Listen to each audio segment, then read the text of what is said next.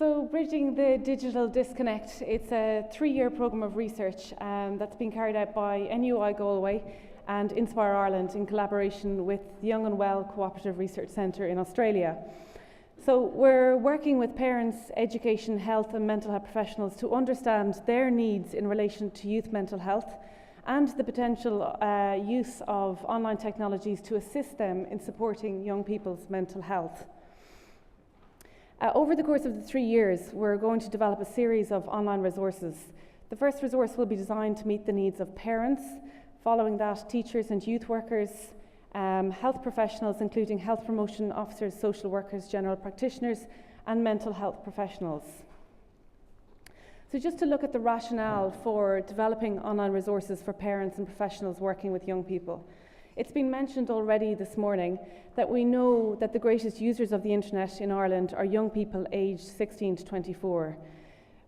Data from the European Union showed that in 2005, 34% of young people were accessing the internet, and in 2011, 92%. And I'm sure those figures have increased to today.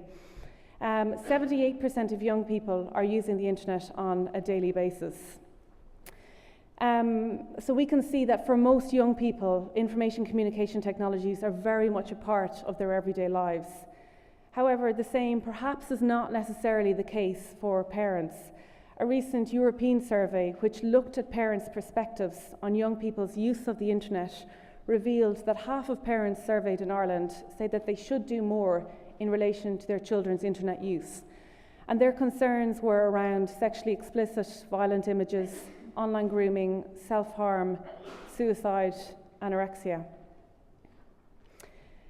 In relation to young people and mental health, we're starting to see the emerging role of online technologies for young people.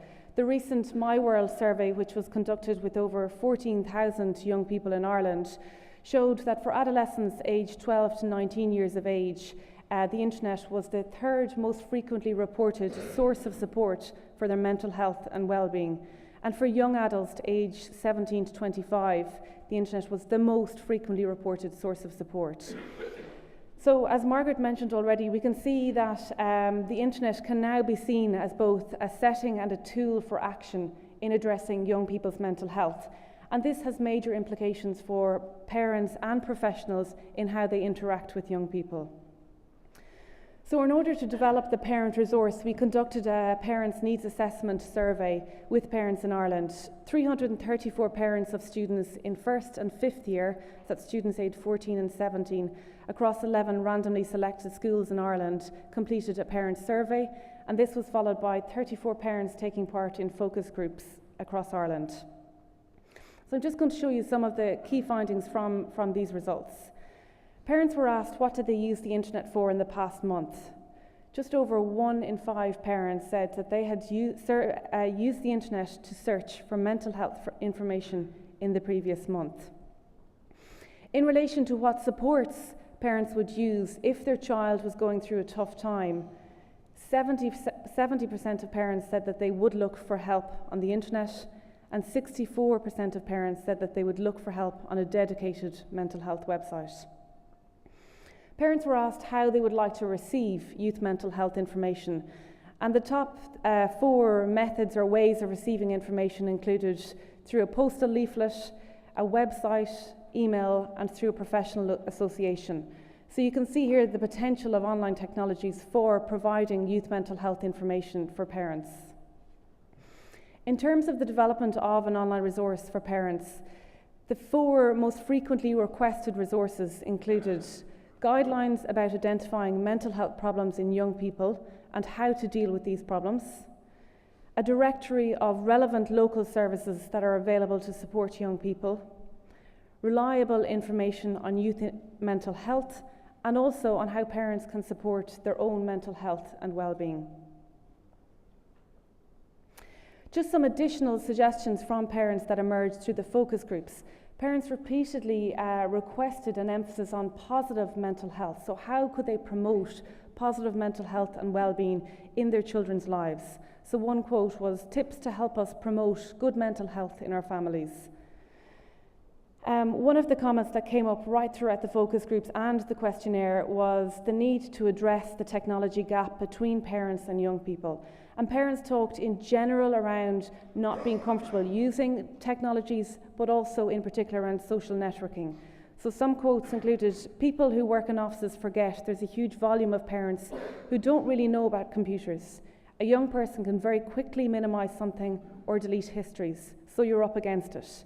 We need training in this." Another parent spoke in particular around Facebook, how to supervise teenagers on it, how to discuss appropriate and inappropriate topics, pictures, how to get teenagers to think, reflect on what they say or upload.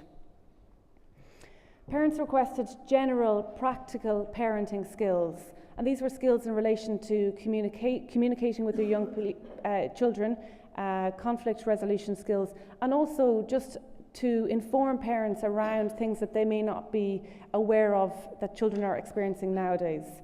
So just to help parents to be aware of all the things kids are facing, the things that we never faced when we were younger. Parents repeatedly spoke about the need for some type of joined-up approach, in that our resource would link with other mental health sites, but also that we would provide guidance on how to navigate online resources and how to determine the most trustworthy sites. One parent said, "There's so many websites and resources. Could organisations come together and have fewer, more focused websites?" In addition to parents recognising the need for an online resource, parents repeatedly spoke about the need for face-to-face training. So one parent said, "Often just getting together with other parents gives you a sense of solidarity of your own abilities with regard to parenting, a sense of solidarity, a sense of, yes, I'm doing okay." Just one general statement from a parent, "Anything at all which would help me understand, support and encourage my child would be greatly appreciated." In relation to the topics that parents were most interested in receiving information on, they centred around alcohol and drug awareness, bullying, addressing school problems, developing adolescent coping skills and self-esteem, promoting positive family relationships, and addressing the technology gap between parents and young people. We asked parents if the online resource should provide additional resources for professionals who work with young people. And the overwhelming majority agreed or strongly agreed with this statement. And I suppose it shows for us as well the need for a joined-up approach across parents, schools, mental health professionals and health professionals. Parents' needs in relation to using the resource centred around four main areas. So firstly, they spoke repeatedly around the validity and reliability of the information that we provide, so knowing that it's coming from a reliable source. So one parent said, "There's websites for everything, but it's knowing that this is the trusted and recommended site." Another parent said, "I'd prefer to go to a GP and ask them, what website would you recommend? If they gave me a website, by all means, I'd go to it." And again, that highlights for us that need for a joined-up approach across professionals. Parents talked about the style of the website that we produce. If it was too technical, not user-friendly, for example, the design and information needs to be parent-friendly. If it came across as moralistic or judgmental or overly prescriptive, parents said that they wouldn't use it. Parents repeatedly spoke about the need for awareness around the website. So they recommended advertising it in GPs, waiting rooms, or on TV. And finally, they felt that the content needed to be regularly updated, that it's not enough for it just to be a static website. I suppose the findings from the Parents' Needs Assessment really highlighted to us the potential of an online resource in meeting and bridging the digital and mental disconnect between parents and young people. I should also recognise the limitations of our research in that we didn't have a representative sample, so the majority of the respondents were female and within the age range of 44 to 55. So this is something that we want to address when we're piloting the resource in meeting a representative sample.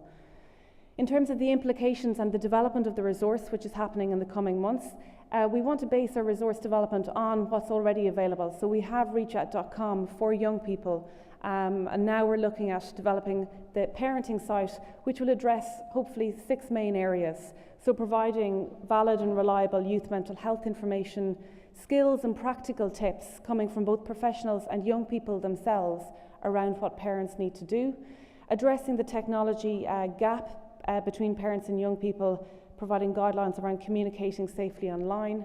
We also want to address current topics that are in the media and respond to these.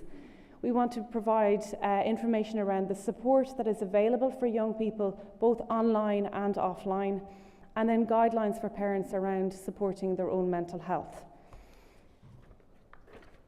So I think most of you would have received the report in your pack this morning. All of the information is in there, but if you have any questions, I'd be happy to answer them.